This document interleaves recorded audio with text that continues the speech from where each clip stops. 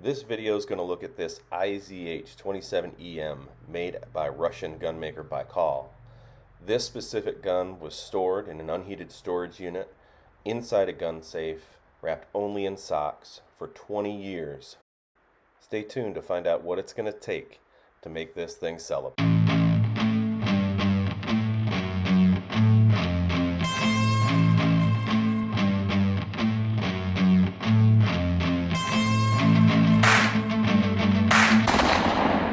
How's everyone doing? Just make sure beard looks good. Yeah? All right. So what we're going to be talking about, and I think what I'm going to go ahead and get ready to list on the website, sell in the shop, is this Baikal IZH 27EM, which is a over-under 12 gauge shotgun, which is imported by EAA, the European American Armory Corporation, based out of Cocoa, Florida. The shotgun itself was stored for 20 years in a gun safe in an unheated storage unit up here in Maine. And right off the bat, we do see some issues. Surprisingly, a lot less issues than I would expect. So I think we can get pretty much all of this. I don't see any deep pitting or anything like that. So you can see there's some surface rust, right? And that's actually fairly easy to take care of, and I'll show you how to do that. Here we get a little bit more rust inside the receiver, but nothing too bad. It's definitely dirty and needs to be cleaned. The Baikal, not really sure, again, is manufactured in Russia, and they're actually owned by the Kalashnikov concern.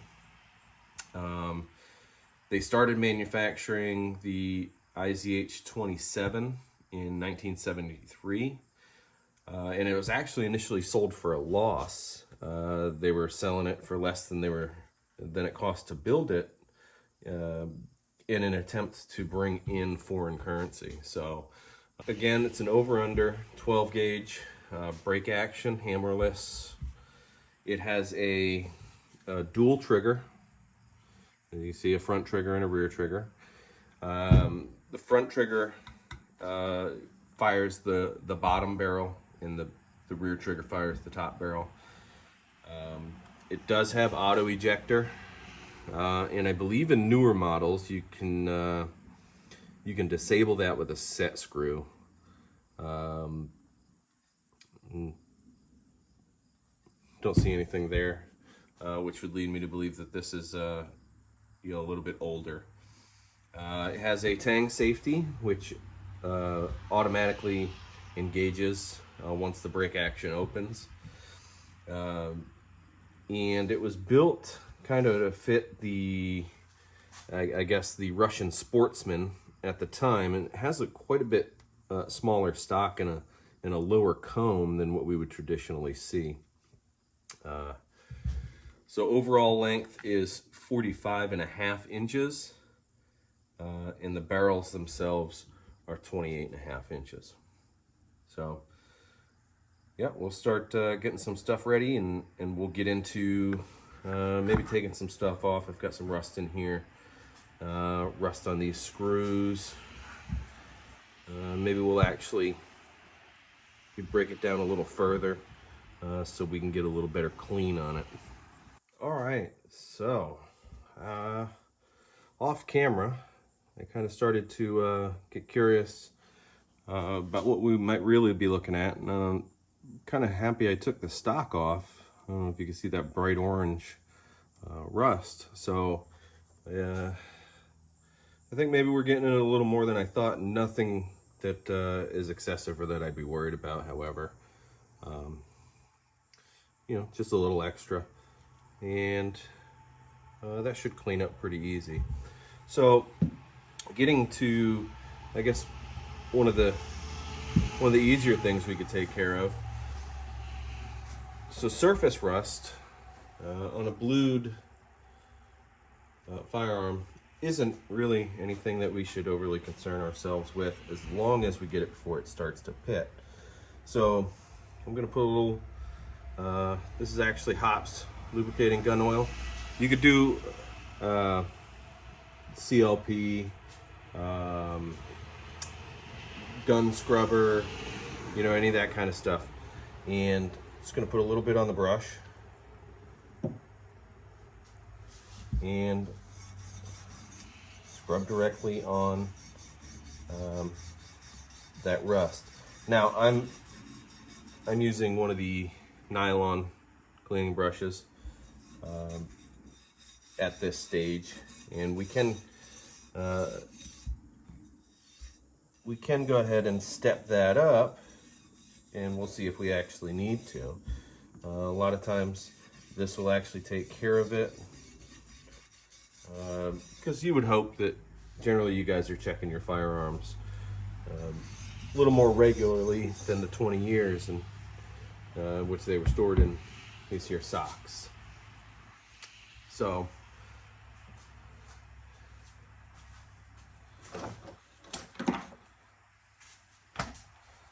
I grab my rag now, and I'm just going to wipe that off, and we want to see kind of what that did for us.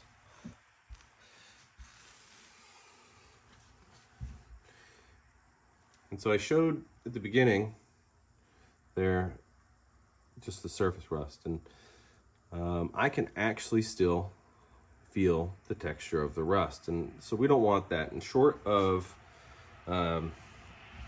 taking this and turning that, you know, going and boiling it out, in which we would literally take this and put it in boiling water for about 30 minutes and turn that red rust into black iron oxide. We're just going to try and get rid of it.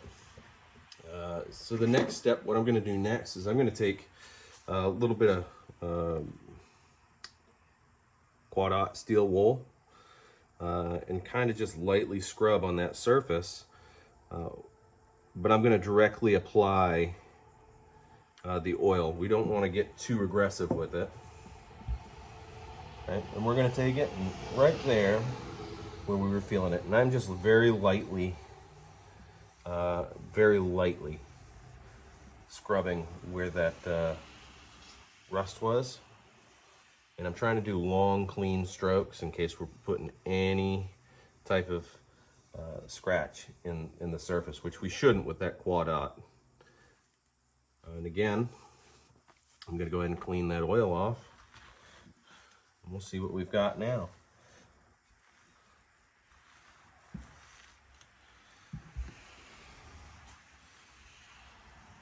Yep, absolutely did what we needed it to do. And so smooth to the touch. You can no longer see the raised portions where that rust had been. So that's exactly what we were looking for. So from there, I'm actually going to continue on these barrels. I'm just going to kind of move some stuff out of the way. And from there, you know, just your normal cleaning inside the crevices and trying to get any of that kind of stuff out of the way. So I'm going to go ahead and I'm going to take care of this barrel. No other surface rust issues, just kind of dirty, and really should just be able to take care of it with this brush. Maybe a little Q-tips in these smaller areas, but I'm just going to go ahead and take care of that, clean all the dirt and debris from 20 years of storage, and I'll be right back. So I've taken 3 or 4 minutes, really, not a lot of time, gone ahead and cleaned up the outside of these barrels.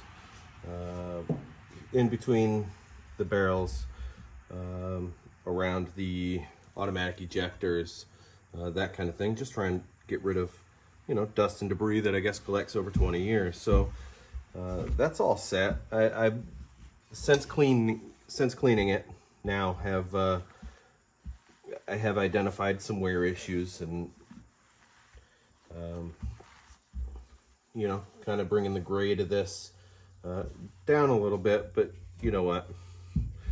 These were never considered to be high-end. They're kind of just made for hunters out in Russia, and eventually imported. So this action here, I think, as I'm looking at it a little further, I don't know, that's not, so that rust hasn't set. This rust isn't accumulating or occurring on the metal. This may actually be, I guess, just where maybe some oil or packing grease had permeated itself into the stock or in between, because it does have a funky little feel to it. So maybe a little less concerned, but you know, go ahead and kind of go through the same process. You know, trusty brush and some gun oil to start, and kind of see where we get. And I'll go ahead and do this one on camera.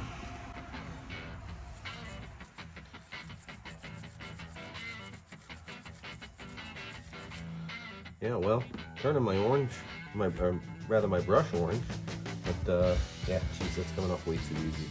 There's no way that rust that is set on this the metal of the action. So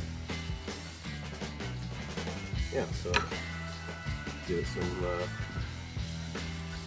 some attention, and we should be good to go here in just a few minutes.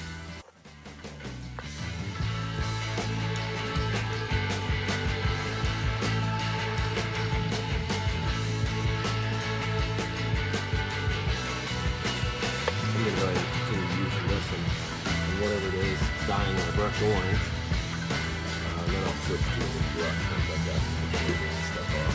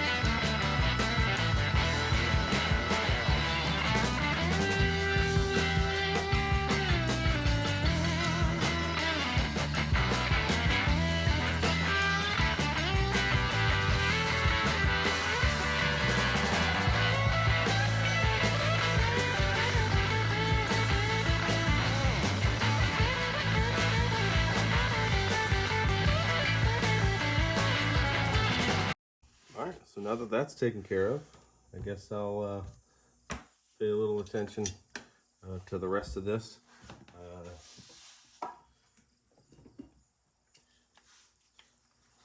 I'm actually going to use some Birchwood Casey gun scrubber here, just because it'll allow me to get a little of this stuff inside to reach all these areas.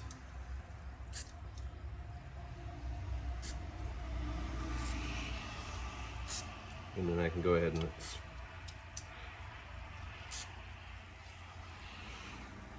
give it a good scrub, like I said, with a new brush.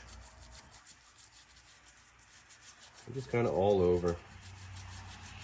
I'm just kind of looking for anything that's worn or broken. Really looks to be in excellent condition, especially considering, like I said, 20 years in a storage unit.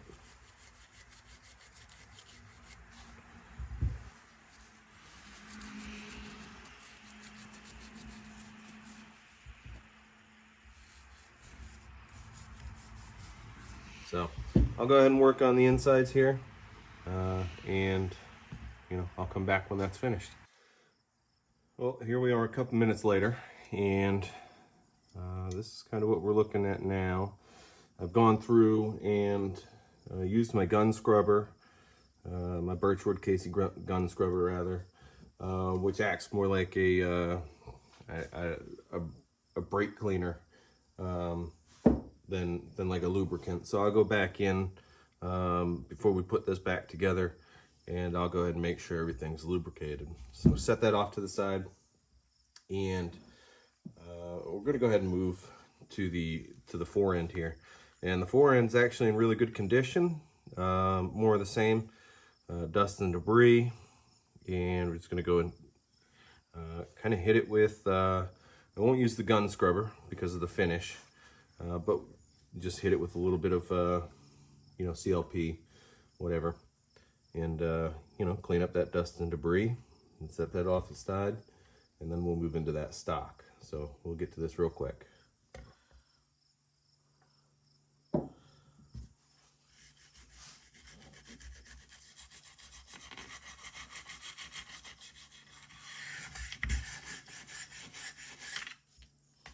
Not using a ton of oil.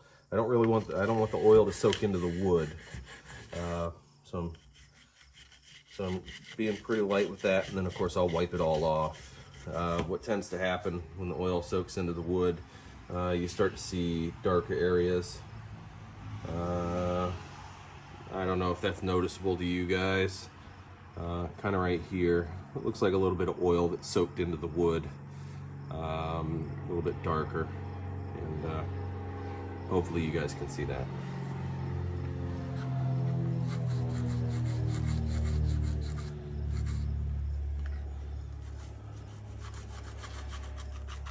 So these Baikal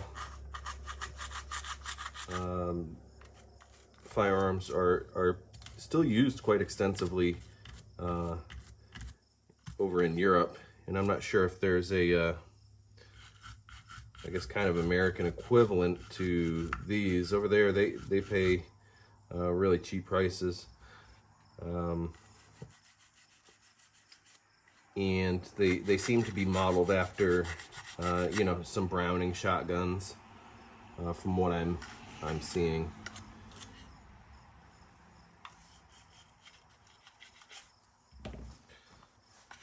Get any excess oil off the wood itself.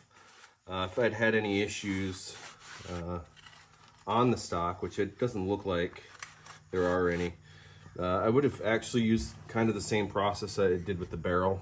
I would have started with a little bit of CLP in the brush, and if that wouldn't have done anything, a little bit of steel wool, and of course not going with a lot of effort or pressure rather on that, because we're trying to make sure that that finish stays on. We're not trying to take it off. All right.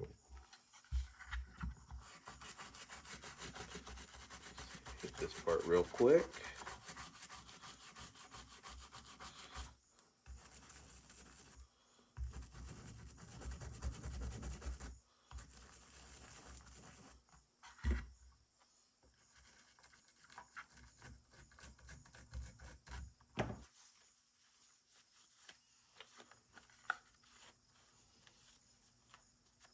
And again, just like the rest of it, I'll go back later and actually oil this. I'm just trying to clean it right now.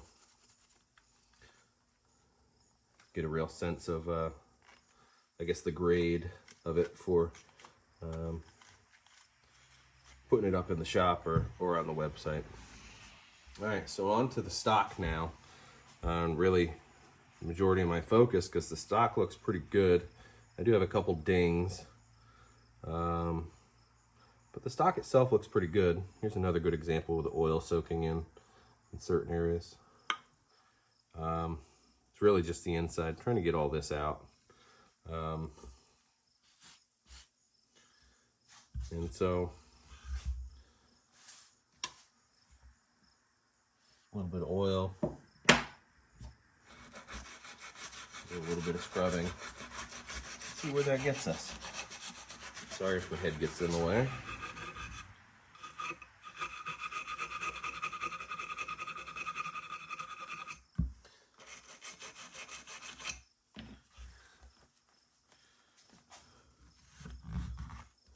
Yeah, and that's coming off just as easy as it did on the Action. Truly just think it's whatever packing grease they used. You know, sometimes, I don't know, you buy a new Glock and you get that orange silver kind of flaky type stuff on there. I think it's really just more of the same of that.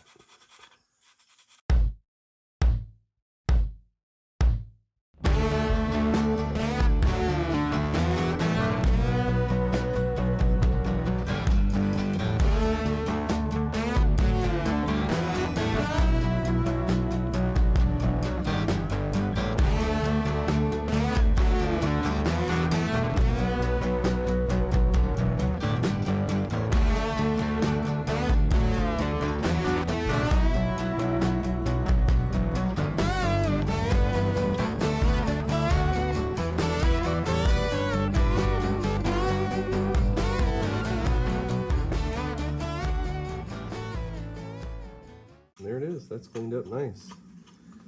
So this gun at this point, I'd be comfortable putting it back together. So we'll get it put back together and get it oiled.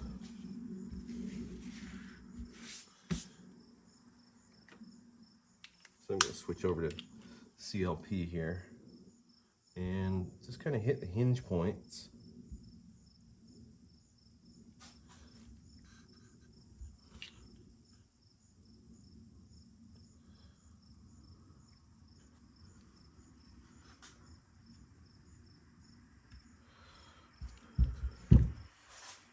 Flip it over and do much the same.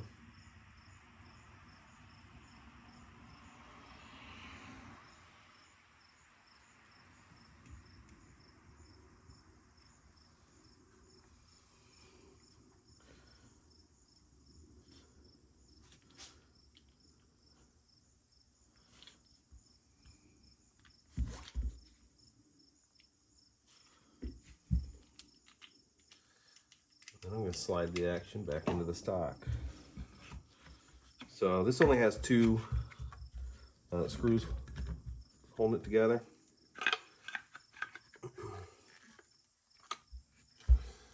And you know, like most shotguns, the screw through the back of the buttstock, and then one here in the trigger guard. So that actually had washers, now that I'm thinking about it.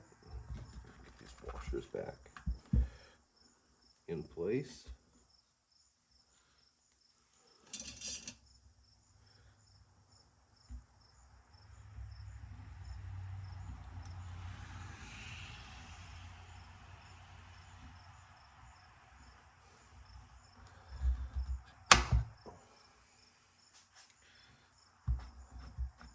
Just one slid out.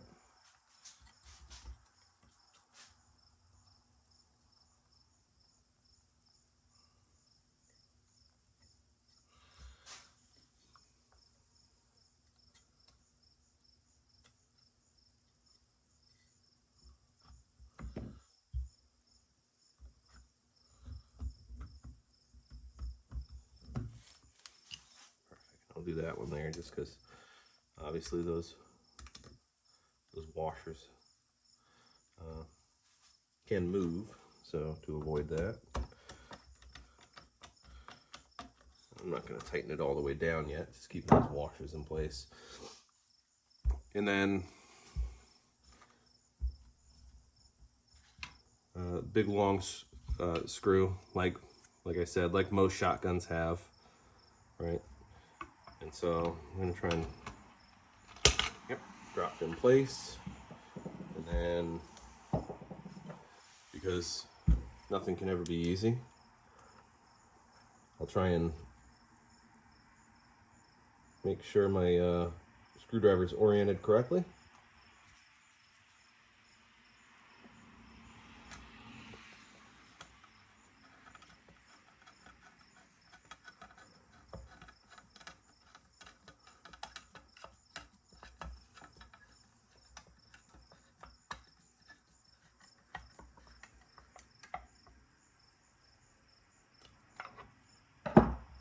And just kind of snug that up.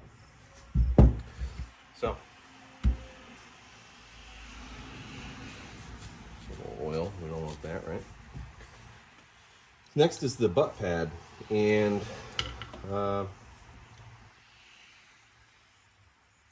not quite sure what this is actually made out of. I think this is that Bakelite material, and you know, honestly, it's a plastic or resin type material, but based off of where it's made and how much it costs, I'm gonna guess it's that Bakelite stuff.